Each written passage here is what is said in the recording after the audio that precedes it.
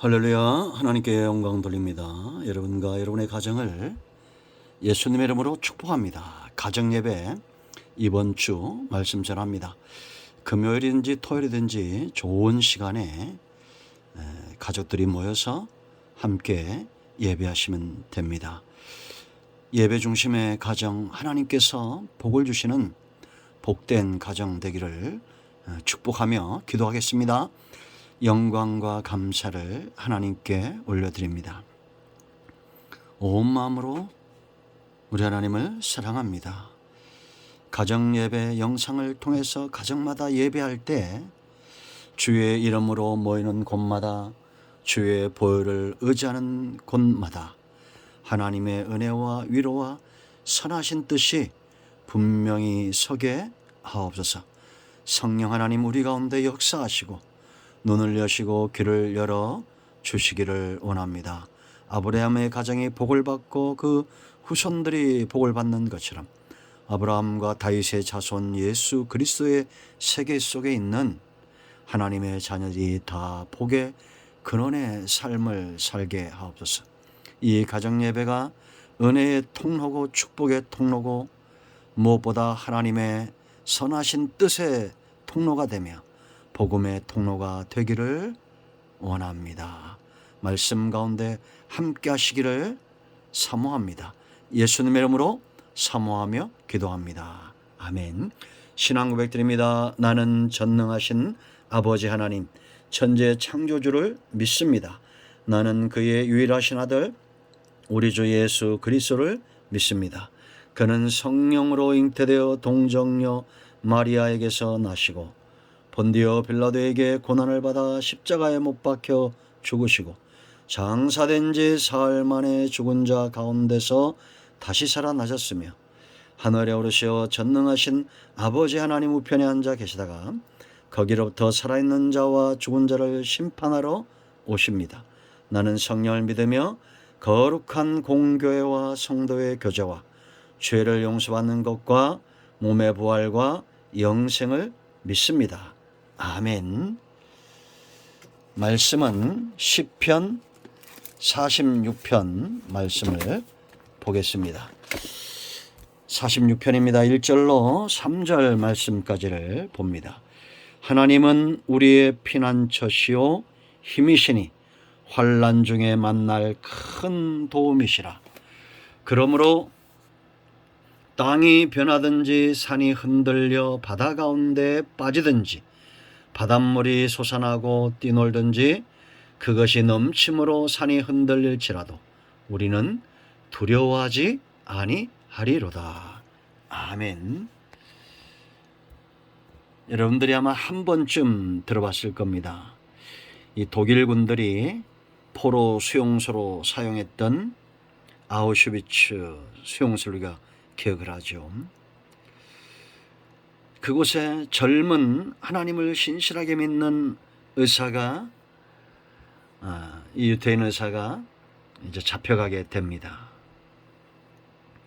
고통이 얼마나 심했겠습니까?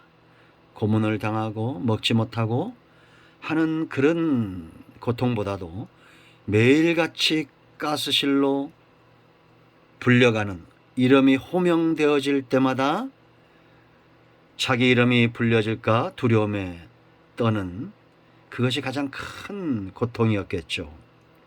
그런데 어느 날 이 젊은 의사가 노동을 하러 나갔다가 유리조각 하나를 발견합니다. 그리고 그 유리조각을 몰래 가지고 수용산으로 들어옵니다. 여러분 무엇을 상상하십니까? 그때부터 아침 저녁으로 그 유리조각 아무리 날카롭지만 좀 무디잖아요. 피가 날 정도로 그렇게 면도를 하기 시작했어요. 매일 저녁이면 독일 군들이 와서 이름을 호명합니다. 그런데 이 젊은 의사를 데려갈 수 없었습니다. 왜냐하면 항상 면도를 하고 생기가 있고 죽이기엔 너무 아까운 겁니다. 쓸모가 많은 사람으로 보여진 겁니다. 결국은 독일이 패망할 때까지 그는 살아남고 수용소에서 나왔습니다. 그리고 그가 이런 말을 했습니다. 하나님의 도우심은 결코 늦는 법이 없다. 다만 우리가 조급할 뿐이다. 어떻게 이런 말을 할 수 있었을까? 저는 목사지만 참 가늠하기 힘든 신앙입니다.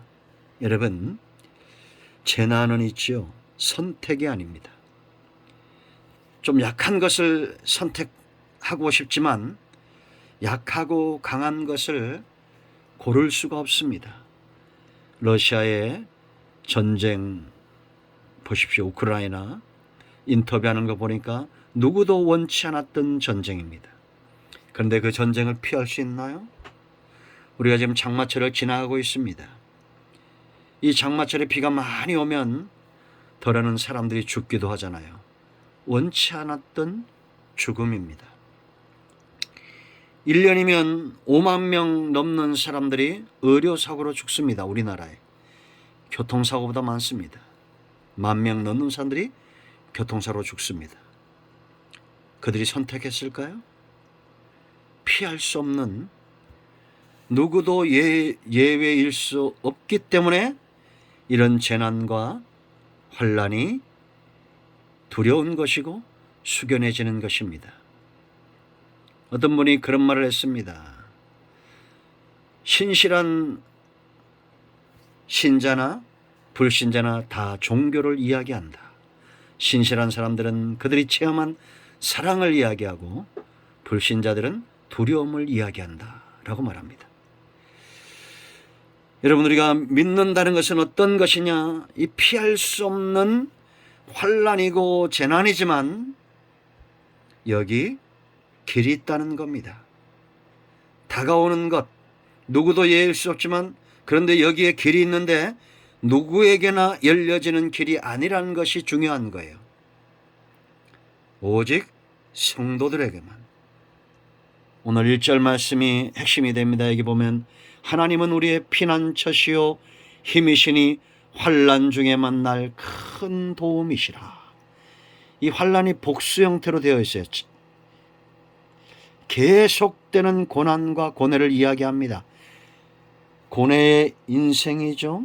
고뇌의 열매를 먹을 것이라고 말합니다.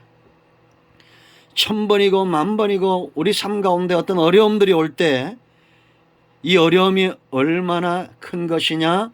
2절로 3절 말씀 보세요, 여러분.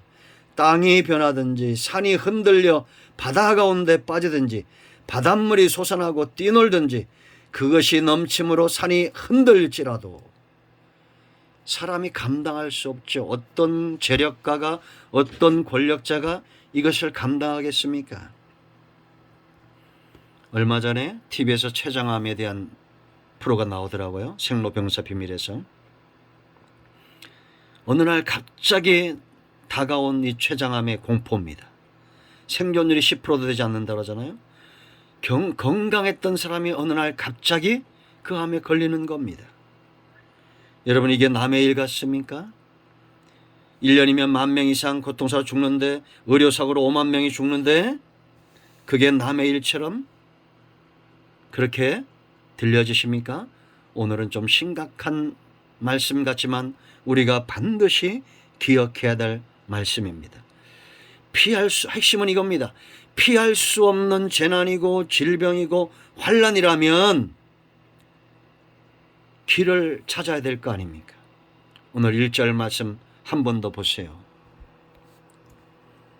하나님은 우리의 피난처 그랬습니다. 단지 피난처만 되는 것이 아니라 힘이 되어주시고 큰 도움이 된다는 겁니다. 이 피난처는 히브리 말로 어떤 의미가 있냐면 마하센데 높은 산처럼 접근이 불가능한 장소를 말합니다. 하나님만 아시는 대적이, 적들이, 나를 해하고자 하는 자들이 접근할 수 없는, 그리고 내 힘으로도 찾아낼 수 없는 그런 안전한 장소를 말합니다. 저는 저희 어머니의 간증을 들은 적이 있어요. 6.25 때 12살인가 13살인가 되셨는데 이민군들이 막 오길래 그냥 논 밑에 가서 엎드렸다는 거예요. 지나가면 다 보이는데 마치 담요를 덮듯이 그렇게 손으로 안듯이 그런 안는 느낌을 받았답니다. 저도 이런 체험이 있습니다. 물론 이런 체험이 없다고 해서 하나님이 나를 사랑하지 않는다, 그건 아닙니다. 저도 교통사고 나면서 그 순간 아무런 고통이 느껴지지 않고 마치 누군가의 품에 안기는 것 같은 그런 체험을 한 적이 있습니다. 그리고 우리 어머님은 이민군들이 다 지나갈 때까지 그렇게 안전하게 거기 엎드려 있었다는 거예요. 참 놀랍죠. 이런 간증들은 선교지에서도 많고, 그리고 또 교회마다 성도들 가운데도 이런 간증들이 너무 많습니다. 하나님이 나의 피난처가 되셨던 그런 간증들. 3절 하반절에 뭐라 했습니까? 두려워하지 않는다는 겁니다. 평안한 상태를 말하는 거예요. 안전하게.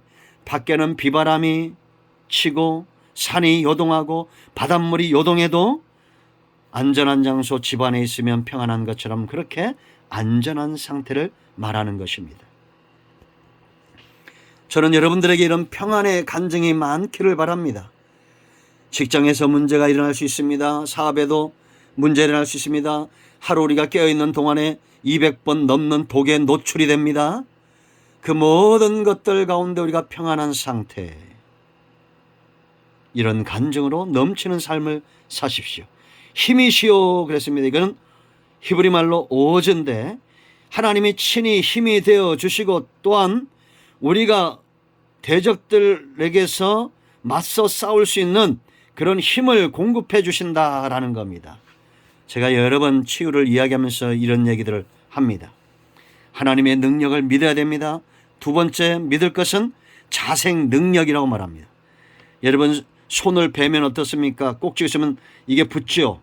마찬가지로 여러분 안에 어떤 바이러스가 들어오든지 암의 세포가 들어오면 몸은 저항하게 되어 있습니다. 싸우게 되어 있어요. 우리가 이걸 면역력이라고 그러죠. 그럼 어떻게 해야 됩니까? 저는 이게 단연간 제가 체험하고 환자들을 만나고 기도하면서 얻은 결론이에요. 그러면 내 머리가 내가 100조나 되는 내 세포가 다 그 병마랑 싸울 때 여러분들 어떻게 해야 됩니까? 여러분의 머리에서는 어떤 생각이 있어야 돼요? 여러분의 머리는 사령관이 돼서 좋은 것을 공급해 줘야 될 거 아니에요. 그 면역세포가 싸워 이기도록 그 면역세포가 힘을 얻을 수 있는 그것을 공급해 줘야 되지 않겠어요?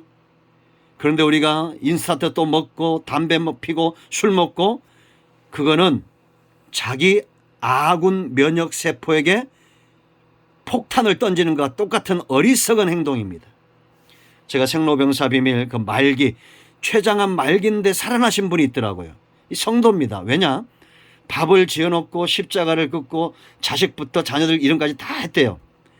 수술을 못할 만큼 이렇게 간에 열몇 군데가 전이 됐는데 온몸에 전이 됐는데 이 사람이 살아났어요. 왜냐?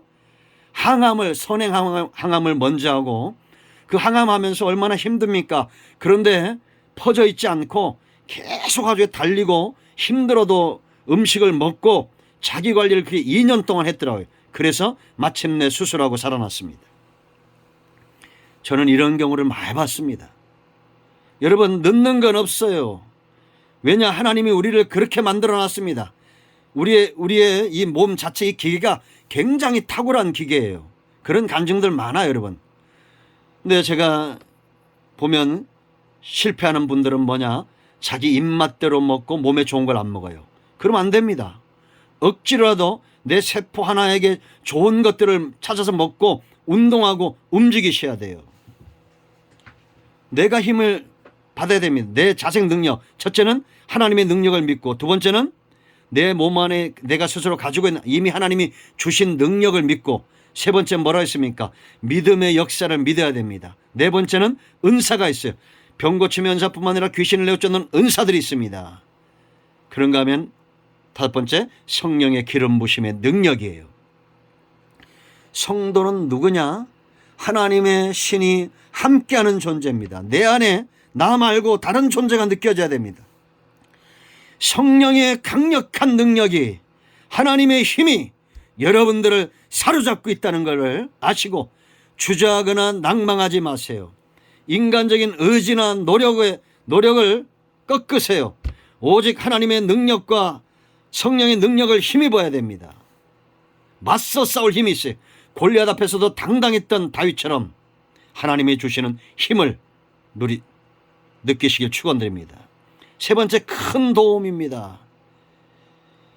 이건 어떤 뜻이냐? 니무차 메모오던데 환난 중에 최상의 도움, 이런 뜻입니다. 칼빈이 그렇게 말했고, 하나님은 모든 공경의 때 즉시 이용 가능한 도움이시다, 이렇게 말했습니다. 최상의 도움인데 내가 언제든지 쓸 수 있다는 겁니다. 부를 수 있다는 겁니다. 우리나라가 119가 잘 돼 있잖아요. 그거보다 빨리 오시는 분이에요. 그럼 우리는 어떻게 해야 됩니까? 모세처럼 손을 잘 들어야 돼요. 원망하고 불평하는, 홍해 앞에서 원망하고 불평하는 그 자들 앞에서 손을 들고 외치세요. 너희는 잠잠히 있으라. 오늘 여호와께서 너희를 향해서 행하시는 구원을 보라고 하나님을 향해서 손을 들어야 됩니다. 아말렉이 쳐들어옵니다. 전쟁이 났습니다. 호렙산 꼭대기에 올라가 하나님을 향해서 손을 듭니다. 손 든다는 것은 뭡니까? 하나님 앞에 항복하는 거예요. 하나님 앞에 항복해야 적들에게 항복하지 않습니다. 내가 손 들고 하나님 앞에 항복하면 하나님이 내 편이 되어주시는 거예요. 큰 도움이시에요. 그러므로 여러분, 손들기를 주저하지 마세요. 지체하지 않고 오는 겁니다. 나치의 그 무서운 그런 공격과 그 잔인함에서도 살아남은 사람이 있습니다. 하나님의 도우심은 결코 늦는 법이 없어요. 조급해하지 말고 손 드십시오. 여호와는 여전히, 하나님은 여전히 우리의 피난처시요 힘이시요 환난 중에 만날 큰 도움이십니다. 아멘. 이제 기도할 때 여러분 가장히 기도하시고, 여러분의 기도 제목 놓고 기도하시고 주기도문으로 마치기 바랍니다. 오늘 하나님의 큰 응답과 도우심이, 은혜의 역사가 여러분의 가정에 임하고 있습니다. 할렐루야. 여러분 모두 축복합니다. 아멘.